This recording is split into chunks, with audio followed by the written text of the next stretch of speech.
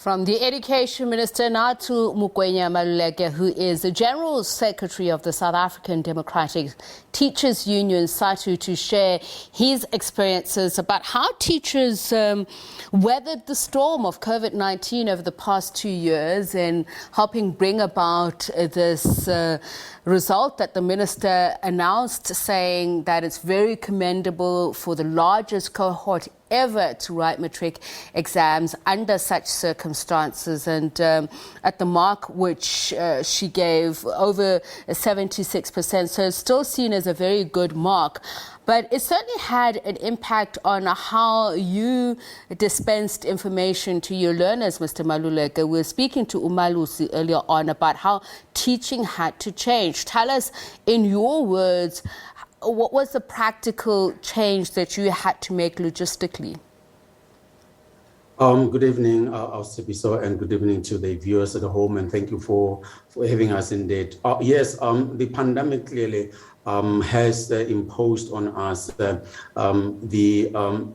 opportunities that we had to grab and be able to change on a practical level. Our teachers had to then begin to use what they were not using before in order to reach the learners. One of those particular practical areas that we were talking about WhatsApp, but we never at any stage thought that you can use that particular tool to be able to continue teaching mathematics to the students who are at home and not coming to school, and making it an interactive tool, and they needed to do that. The other things that our teachers had to deal with is the rotational system. On a practical level, clearly is a very difficult type of a teaching approach, where you have got to prepare for two set of learners that you normally would have taught them at the same time in the same class, but now they come on rotational basis, and therefore you needed to understand what is really affecting them at home, what affects them on their way to school, and what fears they have at the level of the school, and then begin to practically change your pedagogical approach. In other words, instead of only focusing on subject content knowledge, you needed to incorporate issues of anxiety, issues of mental health, issues of fears that they had, and begin to build resilience in these particular learners. So you needed to not only become a teacher, but also go beyond being a teacher and become a therapist at the same time, because you are faced with learners who have fears, who lost family members, and who lost friends and so forth, and therefore you needed to accommodate them. So different subjects had to call different methodologies and different approaches, and this is what the teachers had to grapple with over these traumatizing 2 years.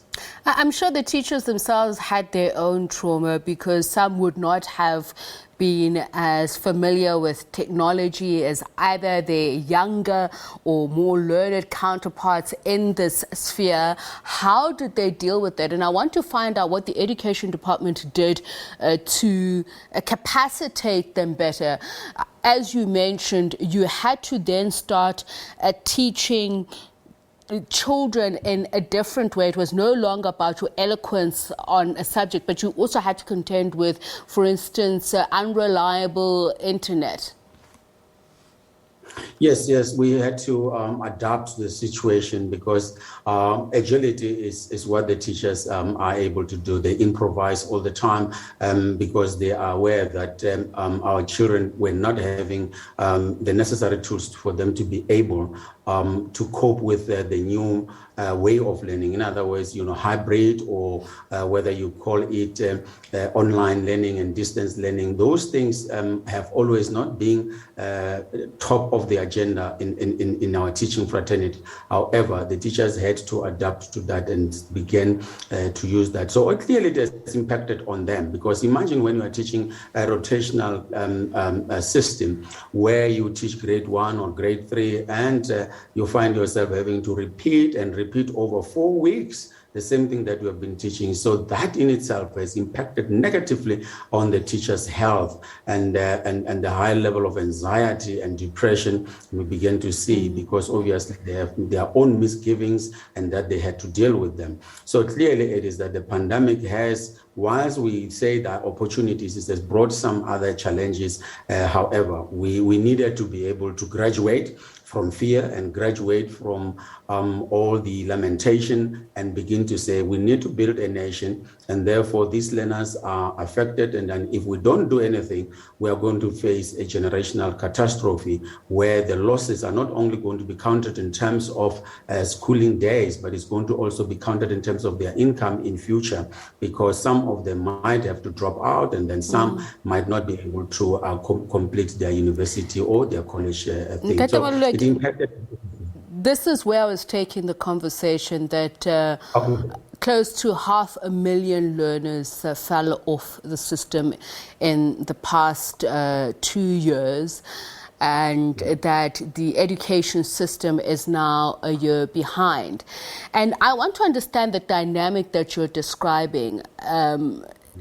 Has it led to this? Has a team-based teaching approach left people who required individual attention by the wayside, therefore frustrating those with learning difficulties, leading them to fall out of the system?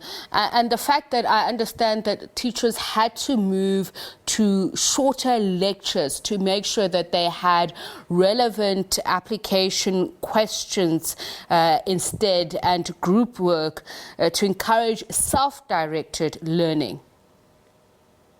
Yes, what has happened to our teaching fraternity, obviously, I don't know how to describe it. I can say nothing short of incredible for what the teachers are doing to cope with this thing.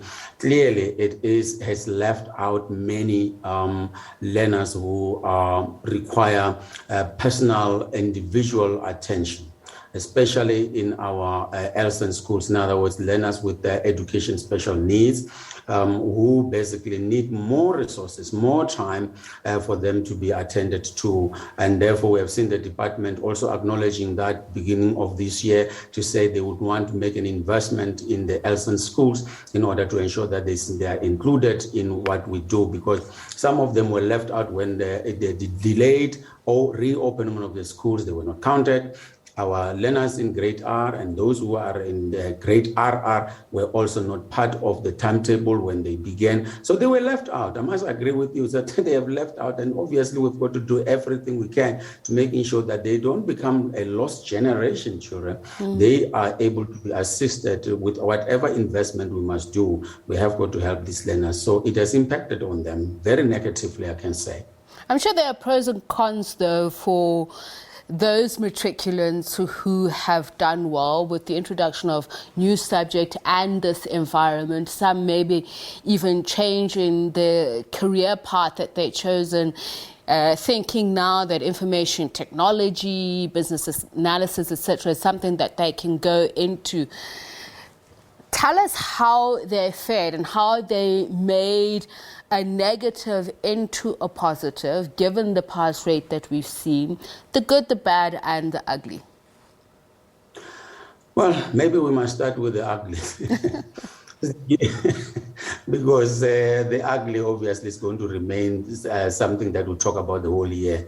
The good part of it is always going to be today, and then tomorrow we forget, we start lashing each other and so forth. So the ugly part of it is that yes, there are those who had to change their stream in order for them to be able to follow particular careers and so forth. And therefore, the challenges that they're going to be faced is that they don't have broad knowledge about what they have taken, because it was in a short time, in a short period of time, that they have got to make those choices. And that is very ugly for anyone when we're building a career or when we're building a choice in terms of where you want to go. You need to have a base, you need to anchor yourself and so forth. So, but clearly, when we look at the gateway subject, is one of those good things that we're beginning to see a change in terms of your accounting, a change in terms of mathematics and others. And therefore, this is something that we must commend and celebrate, because this is opening the doors for technologies, opening the doors for, as we are saying, financial analysis, and an area that, of course, the country needs most. And obviously, technical areas that have been introduced are some of the things that we believe it will then begin to impact on on unemployment in the country, because you also don't want to create a workforce that is only going to be looking for a job. You also want some people who can create the jobs for themselves. So we're beginning to see some good things that will come out of this particular three-tier model that the department is talking about. In other words, vocation, occupational and technology, as well as academic. So obviously stamping the idea that education is not about academic only. The education is about how we nurturing these young people, but also how we guide them in their lives, especially during these particular trying times. Okay, just a quick and final question.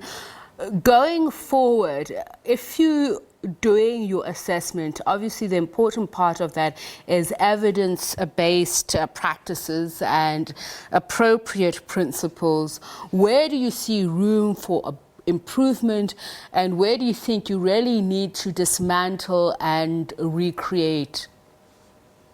Let's start with the dismantling. We need to dismantle the mentality that only grade 12 is important and therefore people must invest in that. We need to then do away with that. Start at grade R, start at ECD, let's invest there so that we then are able to see the returns of our investment when we go to grade 12, but also the impact in the economy. And that's what we need to be doing. So that's what we need to dismantle, the mentality that we see from our leadership in the department, in provincial, to go at length to go to camps, spend a lot of money there. You don't have to spend a lot of money if you've done the things right from the beginning. That's one of the areas. So one of the areas in terms of the curriculum, it is that the curriculum is forced to be reviewed because the pandemic has forced that we cannot rely on these particular 206 days because it's not there. And therefore we need to be looking at how we are reviewing the curriculum in order to make sure that we add more time for those areas that we need, for example, languages, as well as your life orientation, because we need to build a holistic person and so forth, and then add on to the gateway subject and then see where we can be able to review those particular things. But critically is the teacher development, because you have asked the question how the teachers are going to navigate in this particular area, how are they going to give individual attention. You need to then make sure that they are well trained, they are supported, and the curriculum must be value based. In other words, we have got to have a value embedded curriculum where we are able to bring on board how we can deal with mental health. That's where I see we need to be going. Thank you so much for speaking to us, Dr. Maluleke. Always a pleasure. Mugwena Maluleke is the Secretary General of SADTU, the Teachers Union in South Africa, just talking us through the challenges that the sector has experienced, particularly from the educator perspective.